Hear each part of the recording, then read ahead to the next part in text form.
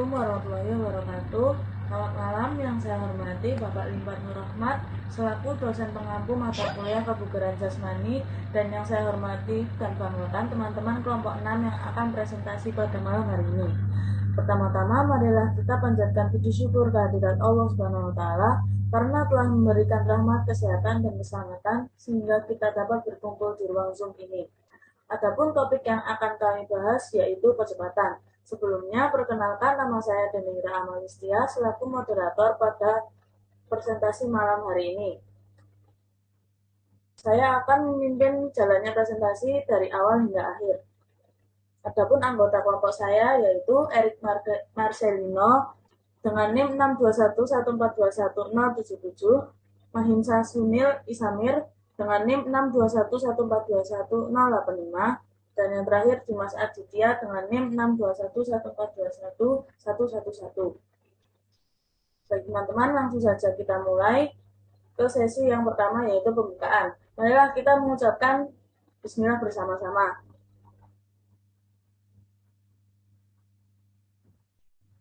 Selanjutnya, penyampaian materi tentang definisi dan konsep kecepatan oleh saudara Mahimsa. Waktu dan tempat dipersilakan. Ya, terima kasih moderator.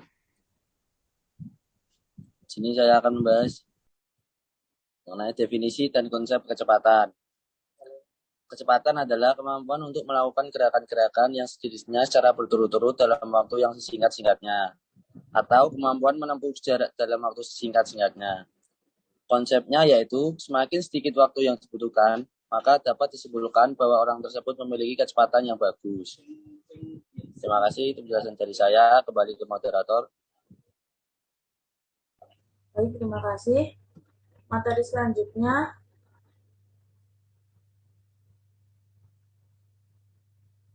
yang akan disampaikan oleh saudara Dimas. Waktu dan tempat dipersilakan. Terima kasih moderator.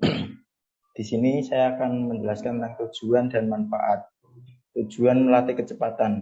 Tes kecepatan bertujuan untuk mengukur kecepatan kita untuk melakukan suatu gerakan dalam waktu singkat. Selain itu, tujuan dari latihan ini juga untuk menentukan akselerasi kecepatan lari maksimum dan ketahanan kecepatan tergantung dari jarak lari. Manfaat melatih kecepatan. 1. Mempermudah penguasaan teknik-teknik tinggi dalam berbagai jenis olahraga. 2. Mengurangi risiko jantung koroner. 3. Baik bagi kesehatan lutut. 4. Mengurangi berat badan. 5.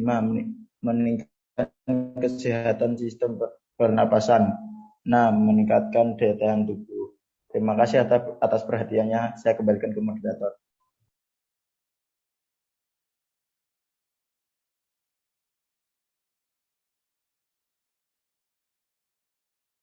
Baik, materi selanjutnya akan saya jelaskan yaitu mengenai bentuk latihan kecepatan. 1. Lari sprint berulang. Lari sprint dapat dijadikan pilihan alternatif untuk menambah kecepatan dalam lari.